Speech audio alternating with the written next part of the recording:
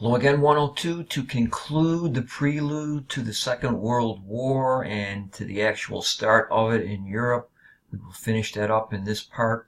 In 1937, Japan joined Germany, Italy in establishing the Rome, Berlin, Tokyo axis, as we said in the previous video. Hitler and Mussolini vowed to create a new order in Europe that would end the domination of Great Britain and France, while the Japanese imperialists pursued their divine right to control all of East Asia by creating what they called the Greater East Asia Co-Prosperity Sphere.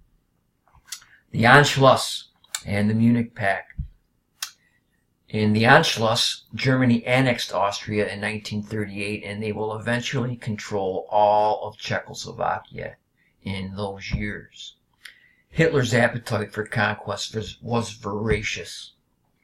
Paralyzed by fear of another war, British and French leaders tried to appease Hitler, hoping that if they agreed to his demands for the Sudeten territory, which was largely German-speaking, he would stop his aggressions. And on September 30th, 1938, the British Prime Minister Neville Chamberlain, the French Prime Minister Edouard de Laldière, and Italian dictator Benito Mussolini and Hitler signed the notorious Munich Pact, which transferred the Sudetenland to Germany and leading the Czechoslovakian president to resign in protest. Chamberlain claimed that the Munich Treaty provided peace for our time, peace with honor. Winston Churchill, a member of the British Parliament who would himself become Prime Minister in May of 1940, strongly disagreed. In a speech to the House of Commons, Churchill claimed, "England has been offered a choice between war and shame. She has chosen shame, and will get war." The Munich Pact, he predicted, would not end Hitler's aggression. This is only the beginning of the reckoning. And Churchill was right. Hitler never intended to honor the Munich Pact, and the Munich Accords come to symbolize appeasement, which will be very important later in the semester. After the German troops seized all of Czechoslovakia on March 15, 1939, Hitler called it the greatest day of my life, but President Roosevelt was not amused. He decided that Hitler and Mussolini were madmen who respect force and force alone. And throughout 1938 and 39, he tried to convince Americans, as well as British and French leaders, that this menace needed to be dealt with. And that leads into how President Roosevelt and Congress respond to the outbreaks of these wars, and we'll go into that in more detail in another video.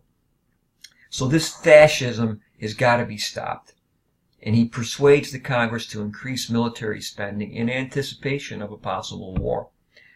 The conquest of Poland. Later in 1939, the insatiable Hitler turned his sights to Poland, Germany's eastern neighbor. In part, he wanted to regain German territory taken at Versailles to form Poland after the Great War, but he also wanted to conquer Poland so as to give the German army a clear path to invade the Soviet Union. And to ensure that the Soviets did not interfere with his plans, Hitler camouflaged his intentions on August 23, 1939, when he signed the German-Soviet Non-Aggression Pact, sometimes called the Molotov-Ribbentrop Pact. And he signs that with the Soviet Premier, Joseph Stalin.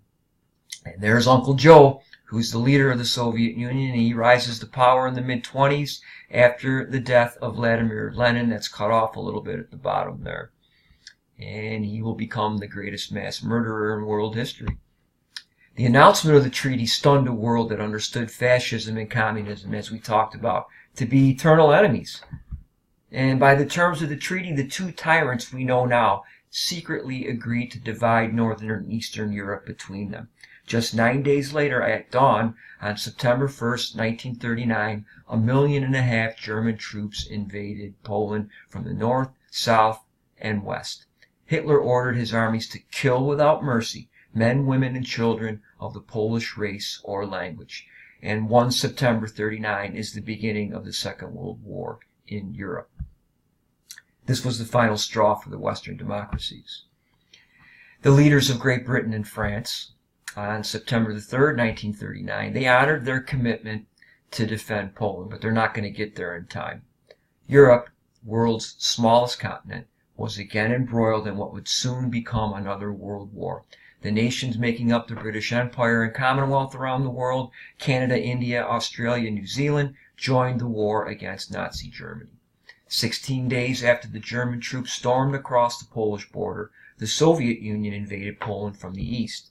Pressed from all sides by their old enemies, 700,000 poorly equipped Polish soldiers. They fought on horseback. They valiantly resisted, but they were no match for Hitler's armies of modern warfare. And they suffered 70,000 deaths, and many more were wounded. And that's going to lead them to surrender. On October the 6th, 1939, the Nazis and Soviets divided conquered Poland between them, and then they set about systematically destroying it. Over the next 5 years, the Nazis and the Soviets arrested, deported, enslaved, or murdered millions of Poles.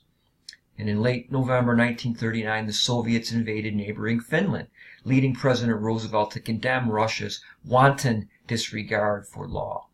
Outnumbered 5-1, the Finnish troops held off the Soviet invaders for 3 months, but were forced to negotiate a surrender in March 1940 that gave the Soviets a tenth of Finland.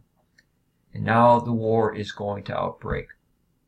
After the quick conquest, did it outbreak or not? This is sometimes called the phony war period, when the war on the ground in Europe settled into a 3-month stalemate in early 1940, as Hitler's generals then consolidated and began to plan what they were going to do. At dawn on April the 9th, without warning, the Nazi armies invaded Denmark, and the phony war is now over, and they landed along the Norwegian coast. German paratroopers, the first used in warfare, seized Norway's airports. Denmark fell in a day, Norway within a few weeks. And on May the 10th, the German forces invaded the Low Countries of Belgium, Luxembourg, and the Netherlands. Luxembourg fell the first day, the Netherlands 4 days later, and Belgium lasted until May the 28th. And now the Schlieffen Plan actually is set into motion. A few days later, the German tanks roared into northern France. And Hitler's Blitzkrieg, this lightning war strategy characterized by swift, well-organized attacks using infantry, tanks, and warplanes all coordinated, moved so quickly that they paralyzed their stunned opponents. The British army sent to help the Belgians and the French fled, along with French troops, toward the coast, with the Germans in hot pursuit.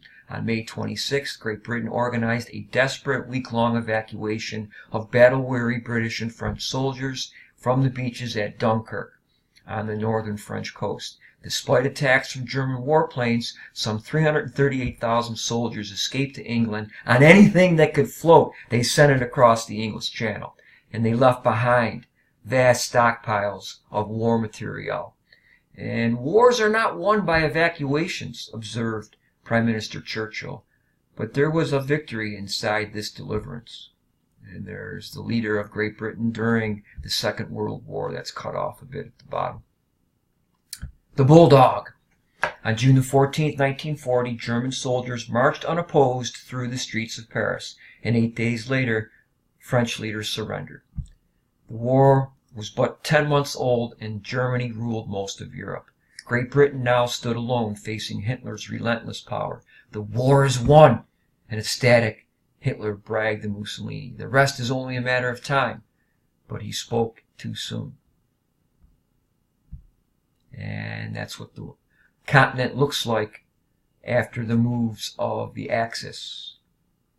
And again, 1 September 39 is generally considered to be the beginning of the Second World War in Europe.